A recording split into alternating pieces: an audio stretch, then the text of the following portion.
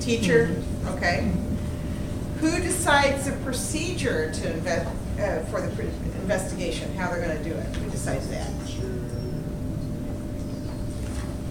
think it's completely clear. You don't know what kind of questioning is going to go on.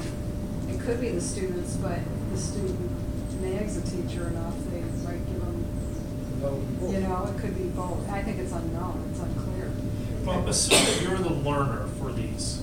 So if you were the learner, if you were handed this, would you feel that you had any decision in the procedure, or do you think it would be the teacher or both? What do you mean by procedure? Procedure taking, conquering this problem? Yes. Yeah, how are you gonna attack this? And Bad Axe, by the way, is a real town. I think they've got a lot to say, the kids have a lot to say. Yeah. Okay. So I think the learners have a lot to say. Who analyzes the response, decides if it's right or not? Looks like it's a project that we should do. It's important.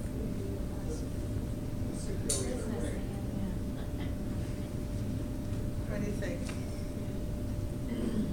Let's put it this way, there's not a right answer, so you don't have to worry. Yeah, and we don't make anybody wear guns hats or anything. So. Hey, your math teacher, the answer's 5. I've seen this one go with the teacher grading it afterwards, but I could easily see you just having a discussion, you know, with the class, having the other students say, okay, knowing what you know about the family, would this actually work? And having it be more student-centered. Okay. Yeah, what do you think? It'd be cool if you, after the project, you can have all the projects or problems, have all the project and problems listed around the room, and then have the students be the businessman for each Okay, project. that's cool. You guys are stealing my next question. You're getting ahead, but you know, it's cool. So yeah, who decides how to communicate this? You had a great idea, actually, how to communicate this. So who decides how to communicate the results?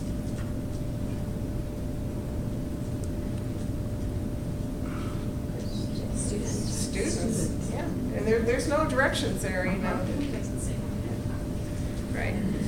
So how would you make this more problem-like? Or how would you make more of this on the students and less on the teacher? Let them choose the trip. Okay? Let them choose a trip. What else could you maybe do? Let them make their family. Okay? Sure. Anything else? One thing people often come up with on this one is, we're not saying what mode of transportation, you know, are they going by pack mule? You know?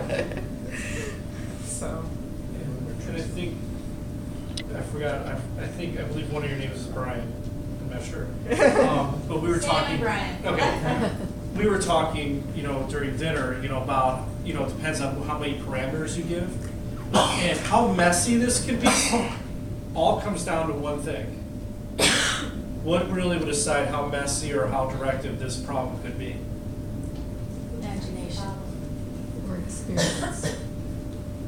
Oh, okay. How much information you put in that family profile. If you put in 20 different things about every member of that family, now you've directed it very much what they have to do.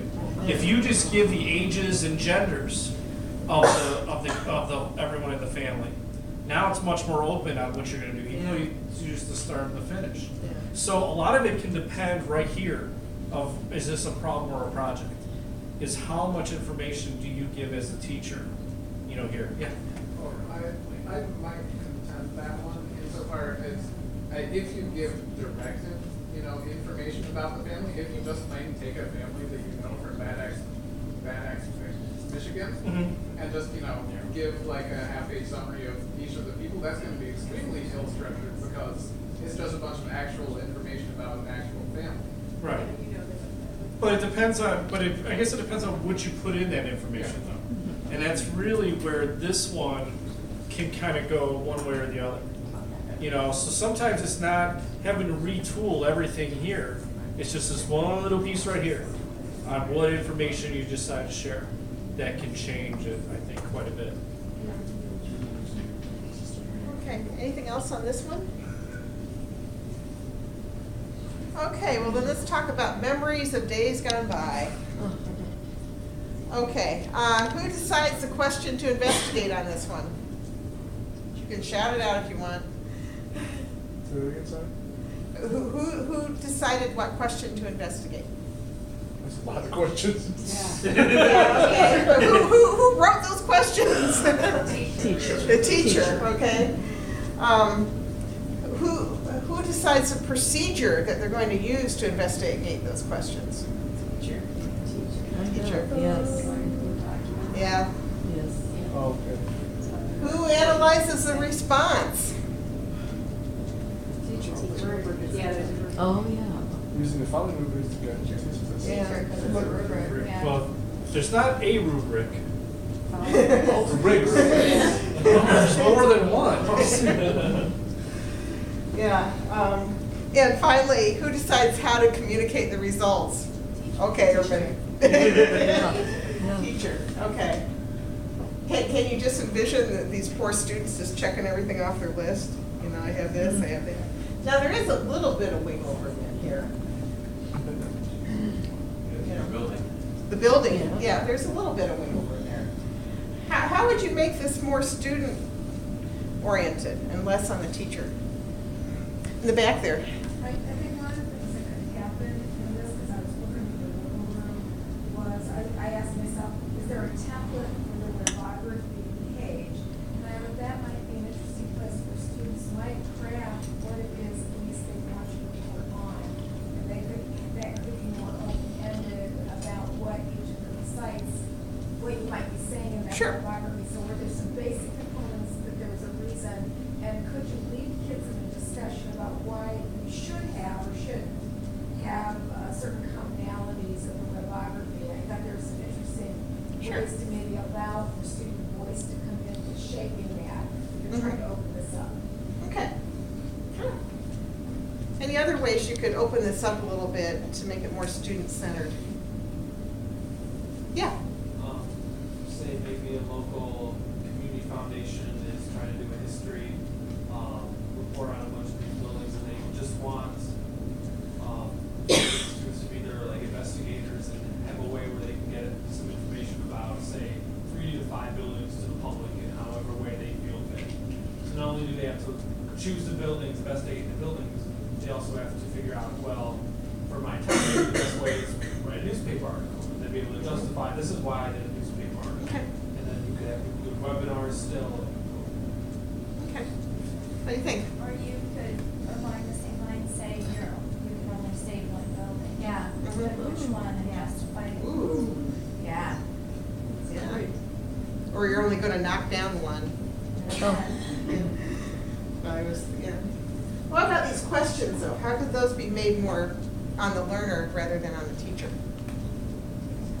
Yeah. Stop after the first paragraph. Yeah. All No. of that. Seriously, do you think kids could generate those questions? Yeah. Yeah. Absolutely.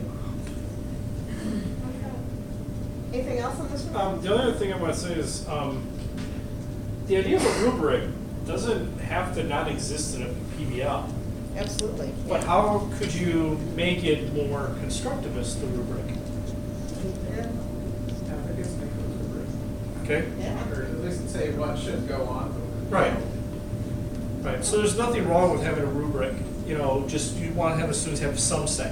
And you can decide how much or how little, you know, but yeah, let them have some piece in it. And it's interesting that we've used this a few times, and all of you seem to think, I know that if I would write something and give this to my students with all those questions in it, those are the only questions that they would answer. Yeah. Would be, that's it, and I'm done. Mhm. Other places we've done this with, Yeah. they looked at us like we were crazy for Yeah. saying that. We're like, no, our kids would go beyond this and everything else. So, again, sometimes it depends on the learners. Mhm. I know, like I said, for the students I taught, that would be all they would do. And it seems like most of you feel the same way. Yeah, they'd be checking with it off. Okay, done, done, done. Right. Yeah. You know, so again, in another environment, that part of this was not an issue for some teachers. Now, either they thought more highly of their students than true, or that's really how their students are. But, so again, it may work differently in different environments. Yeah. And perhaps if they did pick a building they were really interested in, maybe they would go beyond these. Yeah. You know. Okay, yeah, question? Well, I just was rereading the beginning again. I guess I kind of glazed over the part where, as I watched this ordeal take place over the TV news, can't we just watch it? You could, yeah. But, well, then they would. And let them go from there? And get, yeah, sure. Yeah.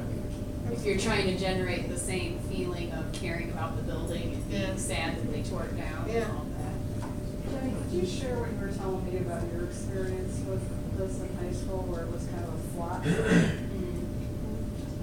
Yeah, I was happy to hear you say that, you have to do a lot of work behind the scenes. Right. Preparing for this. I feel that when I was in junior high, so this would be around You don't have to. 2002, Yeah. 2003, somewhere Yeah. around there. Or no, that's even earlier than that. You don't have to tell us. Thinking the wrong thing.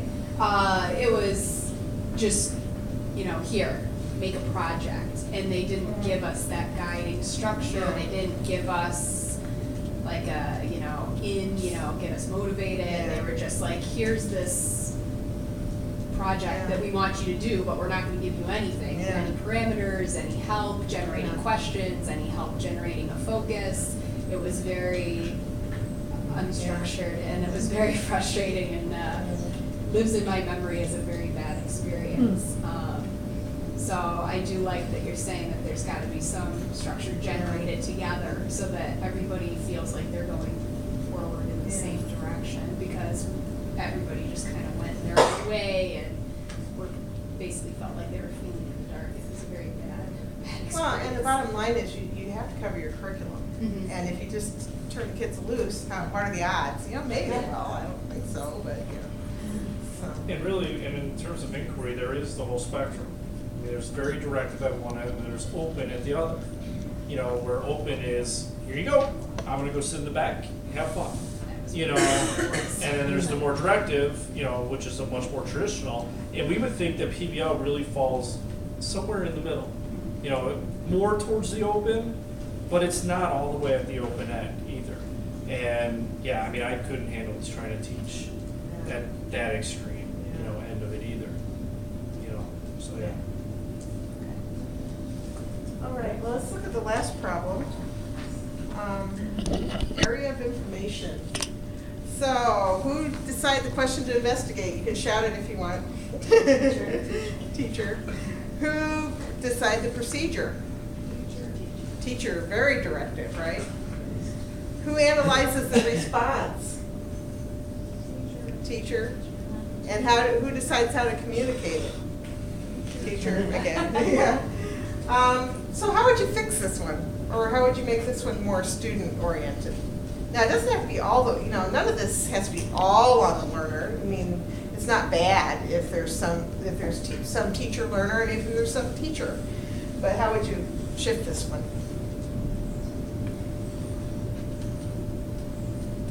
That was a periodical laid out, and they can just, this one's very specific about advertising and news, so I think you want to open that up more. But I'm gonna Maybe you try and lead them into it by saying, how does a newspaper make money and how do you have to balance and discussion for Any other ideas? How would you hook the kids on this? We were talking about how we could say what, just dissecting our own newspaper about what things they find to be meaningful or purposeful to them. And there may not be much in there, but they would find meaningful or purposeful to them, so then maybe they would have to come up with some things that would be meaningful or purposeful. And then they could talk to their family members and ask what they thought. In the back there? There's also some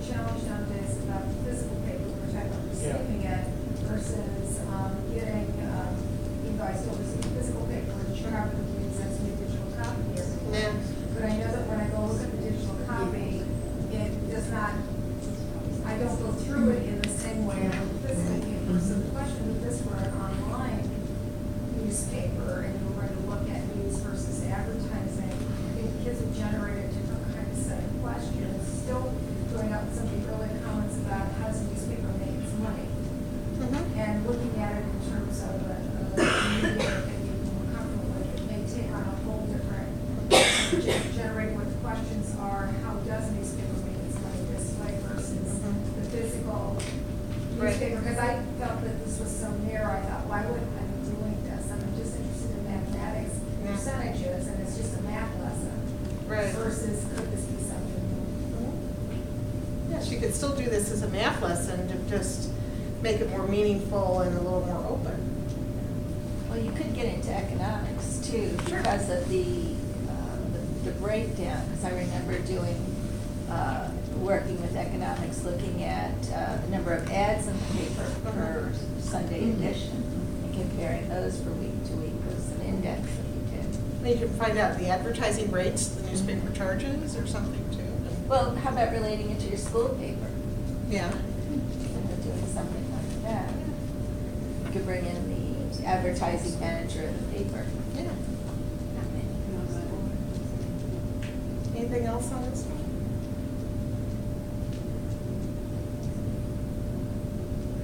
Okay, well, I hope this gave you a little bit of insight into this project versus problem thing. Yeah, question? I don't know, maybe you're gonna cover this a little later, but like, Okay. how would you get curriculum into a problem? And I know you did say there was a lot of background, work that needs to be done.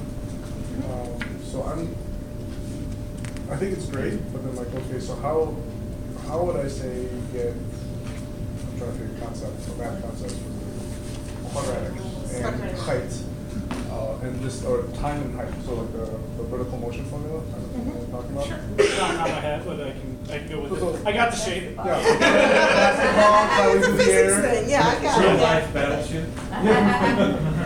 Right. How would you get, so if I'm supposed to teach that in my curriculum, how would I create or generate a problem around that?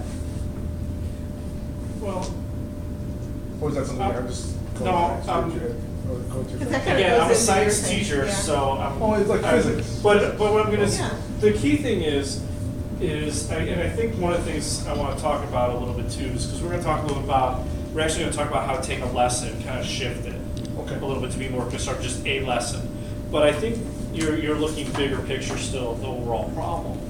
And the key thing is, and I think a lot of people think that if you're doing PBL, you cannot do any more direct instruction. And that's completely wrong. You can do direct instruction within a PBL.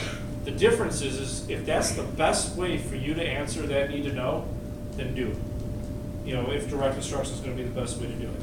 So what the key thing would be, if you want your curriculum to be the quadratic formula, then you would have to set up, is basically try to find a way to set up a problem that the students would have to learn the quadratic formula to be able to solve the overall problem. And so would it be like, the students ask you, we're missing something, and then you go, hey, I have something for you. Yes. absolutely. Yeah, just along those lines, right, exactly. Okay. So again, I haven't taught math, so I'm not gonna try to, Sure. do it, but the key is the learning activities, so what you're doing is you're trying to set up the situation that they have to learn what you wanna teach them. So it's a different way, almost a different way of thinking. Yeah, I mean, Discipline. okay, great, so go back to my new law one, okay, with the car accident. So, in a car accident, depending on where the car gets hit, it's gonna depend on which way it spins, right? So if you hit it in the front panel, it's gonna swing this way, And then if that's true, and the car was coming this way and hit it, if you T-bone it, all the damage is gonna be wherever it got hit, right? In the front end of this car. If you actually hit it up by the front driver wheel, by the passenger wheel, let's say, where's the damage gonna be on the car now? It's gonna be also on the side, right? Because the car's gonna spin, so both cars should have damage on passenger side, driver's side, right? So know what kind of damage you'd expect from a car accident. You really have to know Newton's first law. That object in motion will stay in motion unless acted upon by something else, right? So what would happen is when I'm teaching the car accident, the kids would say, well, we'd have to know how they got the damage. All right, so let's do some things. What would happen if you hit a car here, do this and all that?